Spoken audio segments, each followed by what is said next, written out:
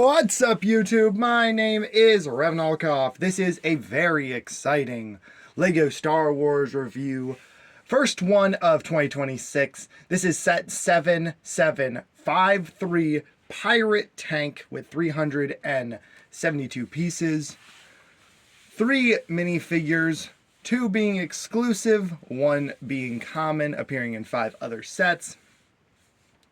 This set retailed for $39.99. It came out in the year of 2009. It retired in 2010, at the end of 2010, so at the end of December. New in box, this thing fetches for $180 to even higher, depending on the seller, of course. There are not much good choices on eBay right now. My lovely girlfriend got this for me for Christmas. She paid $175 for it, and it was sealed in box. It kind of hurt me to open it, but also I have always wanted this set, so building it and opening it was just a joy and a pleasure. And the used price is about $85 to $107, according to Brick Economy.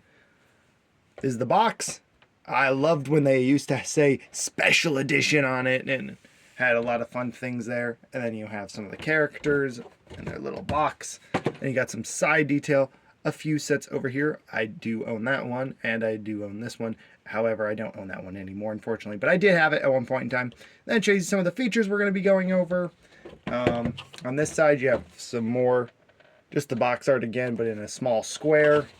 And then more special edition things. And, of course, here is the tank itself. Let's get in closer. All right, here it is. We're closer up to it. Compared to a minifigure next to it, it's not too tall. I thought it would be a little taller. But of course, if you have Obi-Wan standing next to the engines, it's much taller because those engines are pretty tall compared to a minifigure. But this set, funnily enough, this is not the first time I'm actually seeing it in person. My best friend had a copy of it. However, it really wasn't intact anymore, and it was kind of just a broken pile of crap. So, yeah, this one is much better because it's actually built. So there are some sticker detail here. These are all stickers on the side here. Yes, putting them on curved pieces, always a fun time. Some more stickers here, and of course on top as well. Now, your functions is it can roll on its wheels hidden underneath, so it looks like it's hovering. These are pretty nice. They roll pretty well. You have some things you can angle however you want to your preference. You can angle these little side wing wedge things. They don't really do much. One thing I think that does do a little bit more is you can angle your engines. You can go as far as this. You can go all the way up as this. You can have them halfway. You can have them slightly halfway. Up to you, of course. And I personally like them straight looking forward. But I also do like every once in a while to have them crooked and facing like that. I think that gives a nice look to it as well. Now, your attack features, you have this turret that you can spin 360 degree. Of course, if there's a driver, you won't be able to spin it. Oddly enough, there is a sticker detail of a targeting thing they have you place it right on this piece here, which is pretty interesting. You don't really see that very often in modern LEGO. Alrighty, sorry about that. So yeah, I thought that was pretty interesting that they put a sticker on a hinge piece, which you don't see at all, and I don't think I've ever seen on any other set but this one, so that's pretty neat. This, of course, is made out of brittle brown. If you know your LEGO history and stuff, you will know that this color of brown from about 2005 to 2011, you had what was called brittle brown. I think it went even further. It might have gone into 2013 and 2014, but yeah, it was when the brown dye that they used for the brown plastic or whatever they used for the injection molding of the Lego bricks was so brittle, it would just snap by just yeah. So when I put this thing together, I was very careful with clipping the pieces on, and luckily nothing broke. I heard some cracking here and there, but I never actually saw any broken pieces, so that made me happy. All right. The other feature is going to be right here. These two not spring-loaded, sorry, flick fire missiles, but instead of flicking them, you push this nice bar here, or this little flap here, and they come shooting out. They're pretty good, honestly, for an attack weapon. They would knock down some characters, so you have Obi-Wan over here, or right there, and he's running at your tank. I mean, it did hit him. Of course, he was studded down, so he didn't really go anywhere. But if he wasn't studded down, he would have went flying. You know what? Let's try that again, and I'll put him on this, like, platform here. And then let's give that another fire at him, and... oh, look at that. He was knocked down this time. So that is pretty neat.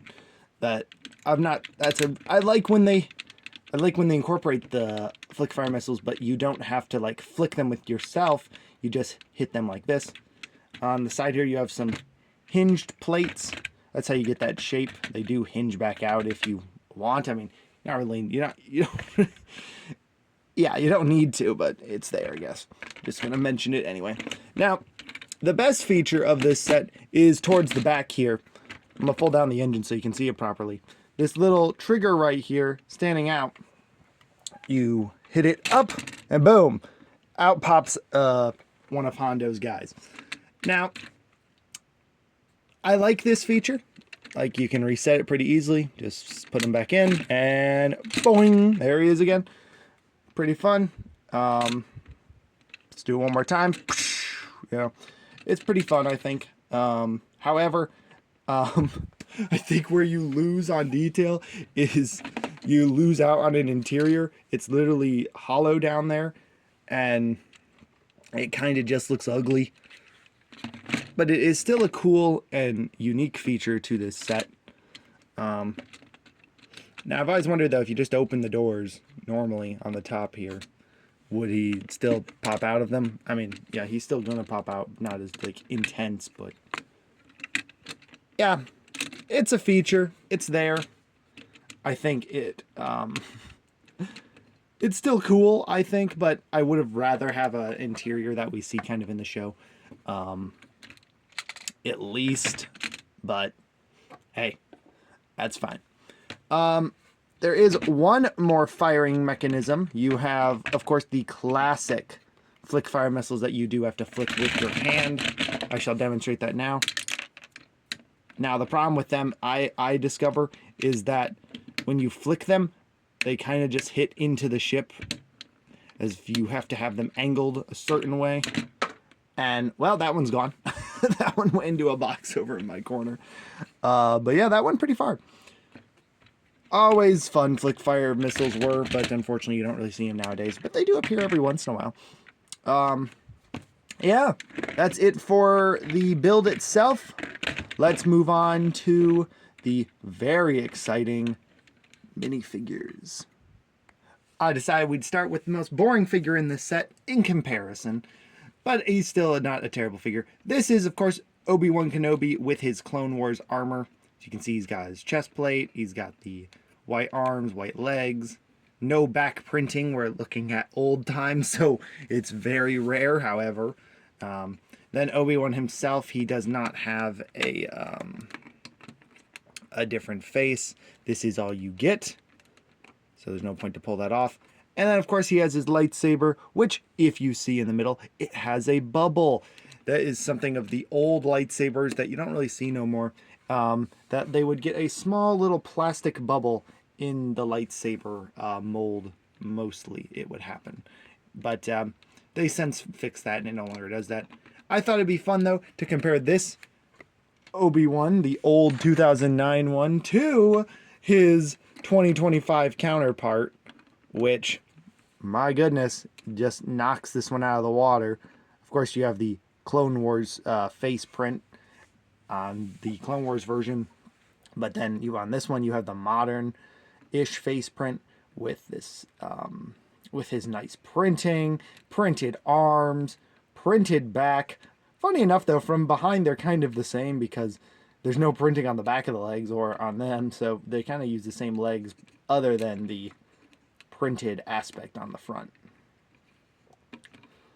But yeah, I mean, they totally have improved in their design. Definitely. I'm so glad that we have a new modern Clone Wars Obi-Wan. But yeah, the old one isn't too bad. He just shows his age. Next up is Turk Faso. I hope I'm saying that name correctly. If you want it, here is the correct spelling of it on the Lego box itself. So, yep. He comes with, oddly enough, the Lego revolver piece. Something that I think this was one of the last times we actually saw it in Lego Star Wars. Funny enough, has been brought back into modern Lego Star Wars in 2026 with the Cobb Vanth speeder, with Cobb Vanth using the pistol mold again. So I think it's funny that it's kind of made full circle again. It has returned back to Lego Star Wars. However, if you ask me, I don't think it really belongs in Lego Star Wars. It does just look like a revolver, but I guess you just gotta pretend it's a space gun that shoots lasers or plasma bolts. But yeah, he's got some nice printing here. I like his blue shirt with the straps and then his bandana printed on his head. And then on the back, he's got this nice ponytail print that goes all the way through his whole minifigure, which looks really good. And yeah, there's your Turk Faso. And now, the reason why I've always wanted this set, other than the build, because I like this build a lot. I mean, it is a little hollow once you actually have it, and it looked much cooler on the box, but it still is a cool build, and I really enjoyed it, putting it together. Anyway, Hondo Ohnaka is here in all his glory.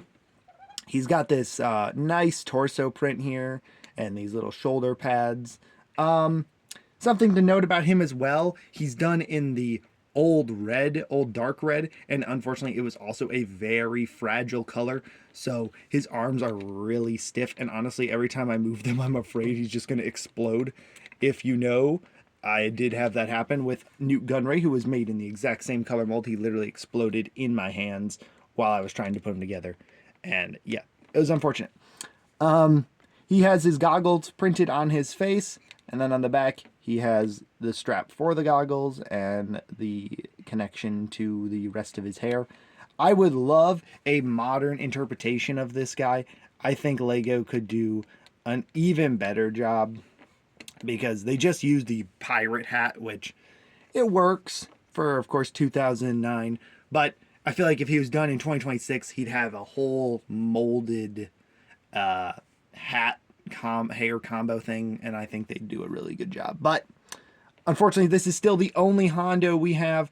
Why his value is so expensive. He is $58.67 according to Brick Economy. So if you can find him for cheaper, there you go, I guess. But that's pretty much why this set is so valuable as it is.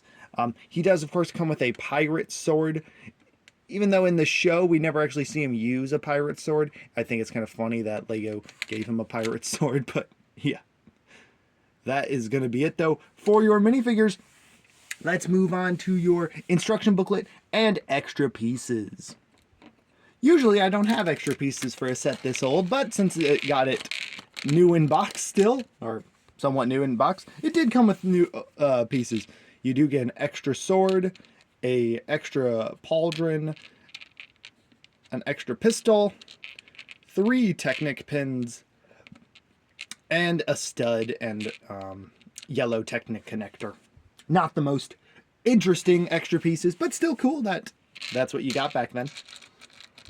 And here we are with the instructions of the set. You got the box art, of course, all the building stuff in here. Let's get to the interesting stuff.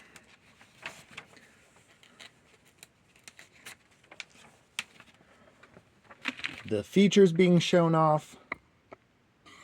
Not bad. The That's the inside where it showed the book there. And then towards the back here you have a nice little character bar showing the characters in the set. And you got some missile stuff. And then you got these showing the latest sets of that time. It's crazy. 2009 was so long ago now. Then you have the club thing on the back. Man, I love old Lego instructions. I'm so they're very nostalgic. They just have that nice feel to them, and I just wish they'd go back to instruction like these. But yeah, that's going to be it for your instructions. Alrighty, here we are, finally back with the set and my final verdict and final thoughts on the set. I really enjoyed the build of this set. It's a little lackluster. I feel like the no interior is kind of a bummer, but the pop-out feature is still cool to have. The figures are iconic. I love Hondo Ohnaka. I hope he does get another Lego minifigure someday soon. We can only hope, but yeah, I really enjoyed this set, and I enjoyed building it, and of course it could be more. If they ever did a remake of it, that would be insane, because who knows what they could do with modern pieces nowadays. But who knows, it might be even smaller, you know, but maybe it'd have an interior. I don't know. Anyway, the minifigures are cool. This set is pretty nice. If you want it, and you're a big fan of the Clone Wars, and you're a big fan of Hondo Ohnaka, I suggest definitely buying it in box. Just for that experience. But yeah, guys, that is gonna be it for this first review of 2026. I will see you in my next one. Until then, Reverend Alkoff signing out. Bye-bye, guys.